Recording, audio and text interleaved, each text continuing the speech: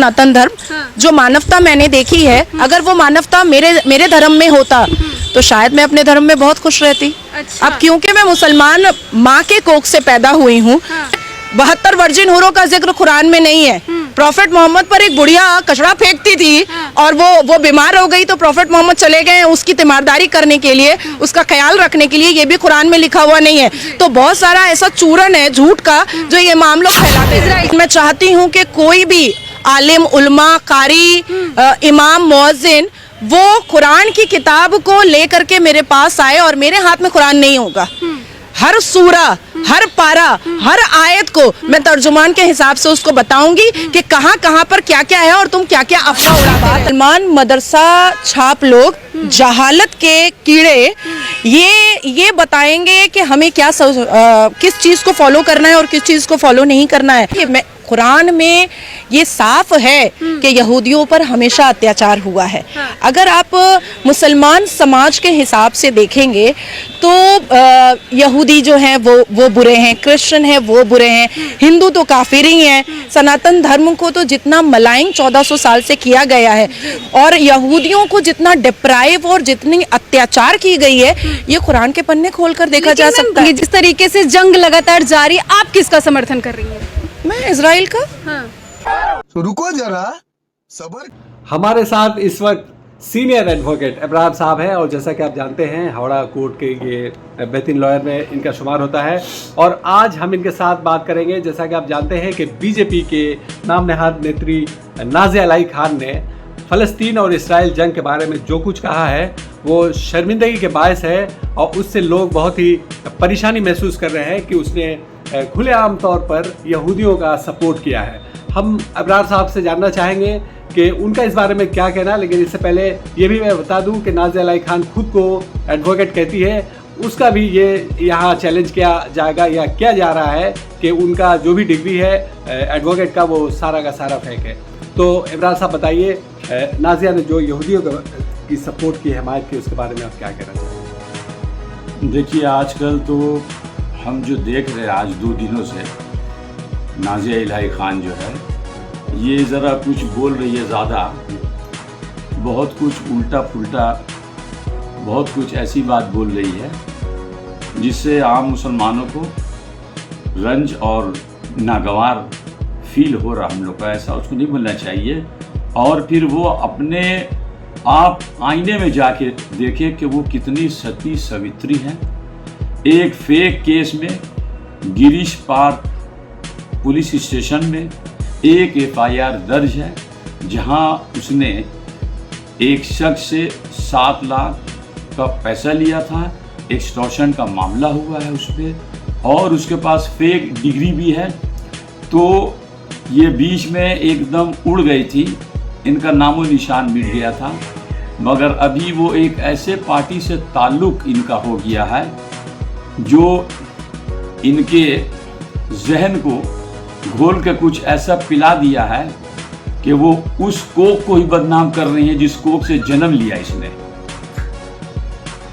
एक मुसलमान के नाते, एक मजहब अच्छी लड़की के नाते ये शोभा नहीं देता है कि आप बढ़ चढ़ के फ़लस्तीन के बारे में आप जानती हैं क्या? आप इतिहास पढ़िए, आप हिस्ट्री पढ़िए, तब आपको मालूम होगा कि फ़लस्तीन ने इजराइल के साथ क्या किया है और इजराइल ने फ़लस्तीन के साथ क्या किया है। और आप अपने दायरे में रहिए तो बेहतर है, आप अपनी ज़बान पे काबू रखिए तो बेहतर है। आपकी ज़बान बहुत बेकाबू हो रही है और आप मुस्लिम धर्म, मुस्लिम रिलीजन के बारे में आप एक बात ऐसी कह रही हैं जिनका आपको कोई नॉलेज नहीं है। आप कुरान हदीस की बातें कर रही हैं।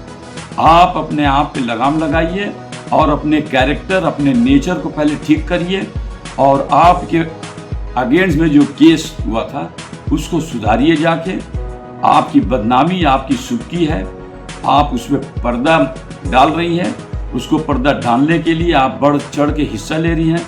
मगर ये मत समझिए कि लोग आपको उसी नज़रिए से देखे हैं जिससे जैसे एक चोर को देखा जाता है। आप एक एक्यूज्ड हैं आपने जुर्म किया है, आप पे धोखाधड़ी का केस 406 420 का मामला हुआ है, इसलिए आप ज़्यादा उड़ने की कोशिश मत कीजिए, अपने दायरे में रहिए तो अच्छा है। और आपके पास फेक डिग्री है, अगर आपके पास डिग्री है तो मैं हावड़ा कोर्ट का एक सीनियर एडवोकेट हूँ, हमारे पास हमसे राब्ता कायम कीजिए और इसकी तस्दीक कीजिए whether your name has been enrolment और नॉट। आप ये हमको इसकी तस्दीक कीजिए कि बार काउंसिल के आप मेंबर हैं कि नहीं, तब फिर आप हम मुझसे बात कीजिए। तो एक चोरी या दूसरी सीना जोरी, शक्ल शबाहत से इंसान की पहचान नहीं होती है नाजिया जी। इंसान को पहचानने के लिए, अपनी पहचान देने के लिए इंसानियत ज़रूरी है। सिर्फ चिकनी चौड़ी ज़बान और अपने गालों पे गाज़ा और क्रीम लगा के आप अपनी खूबसूरती का इजहार मत कीजिए। आप बसूरत हैं, आपका नेचर बसूरत है, आपके खिलाफ FIR हुआ है, आप खामोश रहिए, आप दागदार हैं and you are one of the accuse person, so please keep quiet. आप अपने दायरे में रहिए, मैं यही आपसे कहना चाह रहा हूँ। आखिर क्या वजह है, आपको क्या लगता है ये जो नाजिया इस तरह से बयान दे रही है? नाजिया इलाही, देखिए ऐसा है, एक कहावत है ना कि चोर का गला जो है वो बहुत बड़ा होता है। ये अभी जिस पार्टी से मुंसलिक हैं उस पार्टी को खुश करने के लिए, अपने सरबराह अपने आका को खुश करने के लिए ये मुसलमानों पे प्रहार कर रही हैं, मुसलमानों पे एक तरह के हमला कर रही हैं। और बहुत दुख की बात है कि ये उसी शख्स को बदनाम जो कर रही है कि वो जिस माहौल से पढ़ी लिखी हैं। अरे अपना नाम बदल दो ना, नाजिया इलाही चौधरी रख दो तो मैं नहीं कहूँगा, मगर ये इलाही खान जो है, इससे आपका पता चलता है कि you belong to Muslim community. You change your name, you change your title. Nazia Elahi Chaudhary रख दो, खुशी होगी।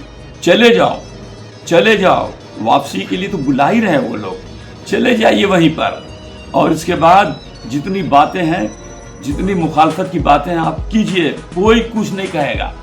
मगर एक मुस्लिम कम्युनिटी घर में जन्म लेके और इस तरह की फजूल बात शोभा नहीं देता आपको। अताउल भाई, आपने देखा है कि नाजिया के कई वीडियोस आए हैं जिसमें उन्होंने फ़लस्तीन की मुखालफत की, इसराइल का समर्थन किया है और कहीं ना कहीं इस्लाम पर भी उन्होंने अटैक किया, हमला किया है, कुरान शरीफ को चैलेंज कर दिया, बैतुल्लाह के खिलाफ, अल्लाह के घर पर भी उन्होंने कई तरह के इल्ज़ामात लगाए हैं कि मस्जिदें जो है अल्लाह का घर नहीं हुआ करती। तो इस पर आप क्या कहना चाहेंगे? सबसे पहले मैं जनता TV हिंदुस्तान और तमाम व्यूअर्स को मेरा सलाम, नमस्कार, जय हिंद। और जहाँ तक बात रही नाजिया इलाही ख़ान की, तो सीनियर एडवोकेट अबरार अहमद साहब ने बखूबी बताया कि उनका एक मामला भी गिरीश पार्क पुलिस स्टेशन में दर्ज है। जो एक कंप्लेनेंट संदीप अग्रवाल थे, उन्होंने केस दर्ज किया और उस मामले में वो कुछ दिन जेल में भी रही और अभी बेल पे हैं। और जहाँ तक वो इजराइल का समर्थन कर रही हैं, यहूदियों का समर्थन कर रही हैं, तो उनको हिस्ट्री जानना चाहिए। और हिस्ट्री यही कहती है, जहाँ तक हम लोगों ने पढ़ा है, कि यहूदियों को जब सारे वर्ल्ड से जब भगाया गया था तो उनको रेफ्यूजी के हिसाब से रिहेबिलिटेशन की जगह दी गई थी फ़िलिस्तीन में। और उसको बाद में जाके 1948 में उसको एज अ स्टेट रिकॉग्नाइज़ किया गया। तो वो रिफ्यूजी थे, उनको रहने की जगह दी गई थी और वो आज फ़िलिस्तीनियों पे ही जुल्म ढा रहे हैं, फ़िलिस्तीनियों पे ही अत्याचार कर रहे हैं और उनको ही फ़िलिस्तीन से बाहर जाने का वो लोग जो है फरमान जारी कर रहे हैं। तो ये कहीं तक ठीक नहीं है और उनको ये जानना चाहिए, फ़िलिस्तीन की बैकग्राउंड जाननी चाहिए। सिर्फ कुछ भी बोल देना ये कोई बहुत बड़ी बात नहीं है। आपको पूरे नॉलेज के साथ, पूरे ज़िम्मेदारी के साथ बोलना है। और रही बात जो वो इस्लामिक पॉइंट पे जो बात कर रही हैं, तो वो तो इस्लामिक स्कॉलर है नहीं, तो उनको जो भी बात करनी है, कुरान शरीफ की बात कर रही हैं या वो हदीस की बात कर रही हैं, उनको मुतायला करना चाहिए और मुतायला करने के बाद बोलना चाहिए। उल ज़लूल बातें वो कर रही हैं और हम लोग ये वीडियो तो बनाते नहीं, क्योंकि ये वीडियो बनाने से क्या होगा, उनको ही जो है लाइमलाइट मिलेगा, उनका ही प्रमोशन होगा।